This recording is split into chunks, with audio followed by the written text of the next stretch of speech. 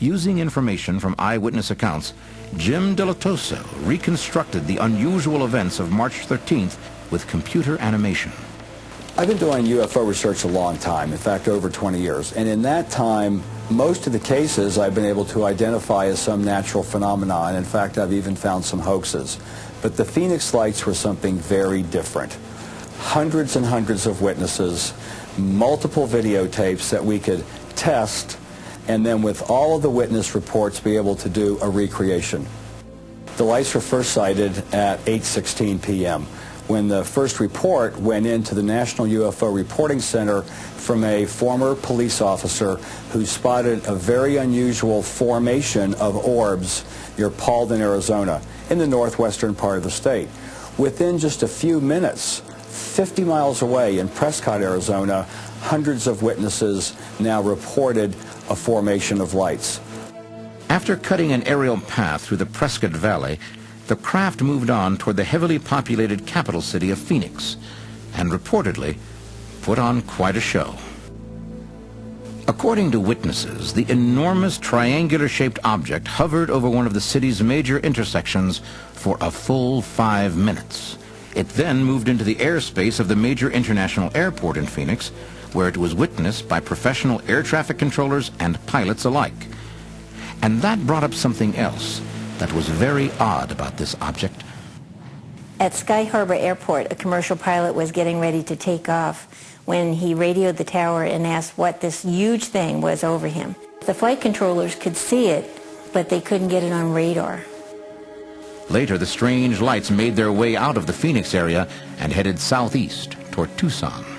One family reported seeing the lights as they drove from Tucson into Phoenix. The object above them was so large that it took a full 2 minutes for them to drive underneath, and that was at a freeway speed of between 65 and 75 miles per hour. I personally interviewed over 300 witnesses. Now, these witnesses are professional, reliable people, doctors, lawyers, and ordinary citizens.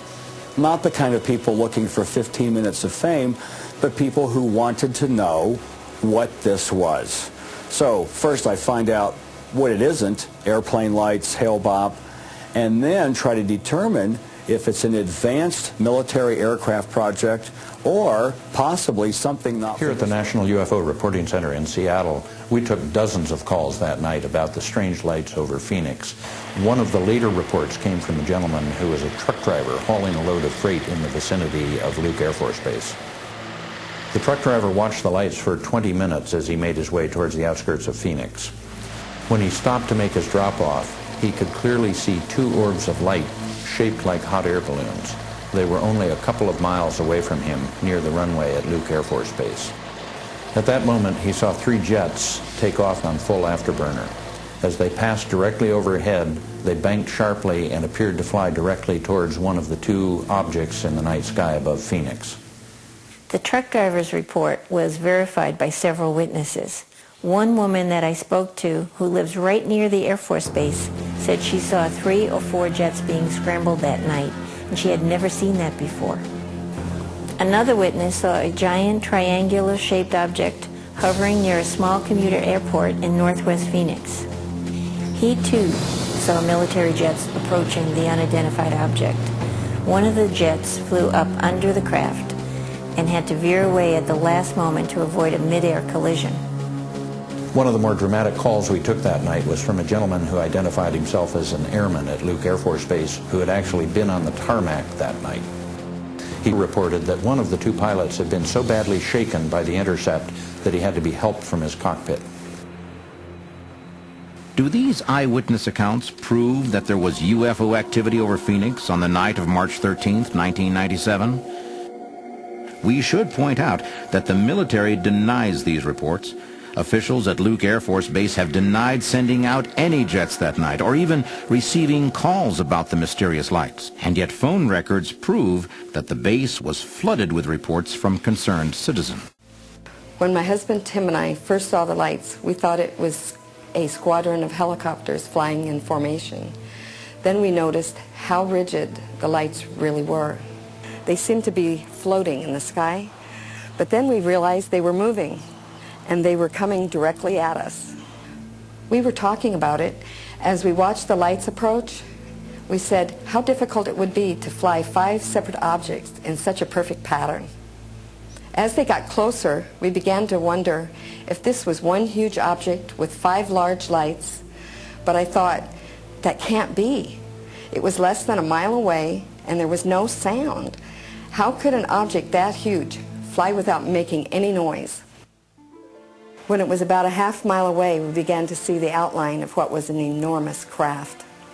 As it got closer, we could clearly see its dark shape as it moved across the background of the stars. It reminded me of a carpenter's square set at 60 degrees because the outline of it was so perfectly balanced with sharp edges, and the size of this thing was just mind-boggling. Its wingspan looked about 2 city blocks long, and it was so close that you couldn't see the whole thing at once. I had to turn my head to take it all in. As the object moved overhead towards Phoenix, it was heading in a straight line like a train on a rail. And my husband said to me, he said, whoever has this kind of technology has got to be in cahoots with God. Will we ever know the truth about what happened on that spring night? The unidentified lights may be gone, but they are not forgotten. Amateur video provides us with tantalizing proof that something occupied the Arizona skies that night.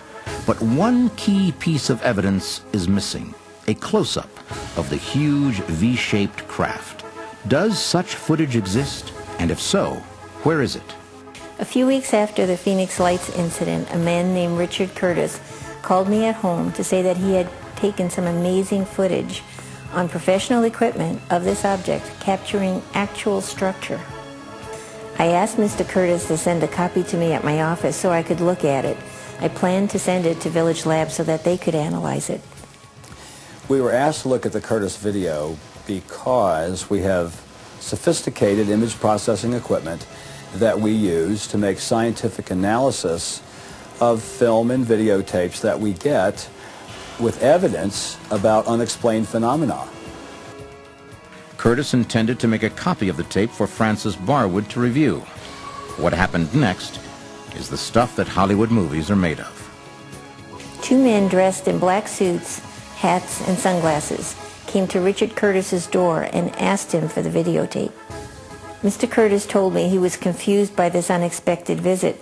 He asked them if they were from my office, and they said yes, so he gave them the tape. But before they left, they asked Mr. Curtis if he had made any copies of his videotape. He told them he hadn't, and they said they'd be more than happy to do it for him. According to Mr. Curtis and 2 other witnesses, the men took the tape, got into a black sedan with dark-tinted windows, and left.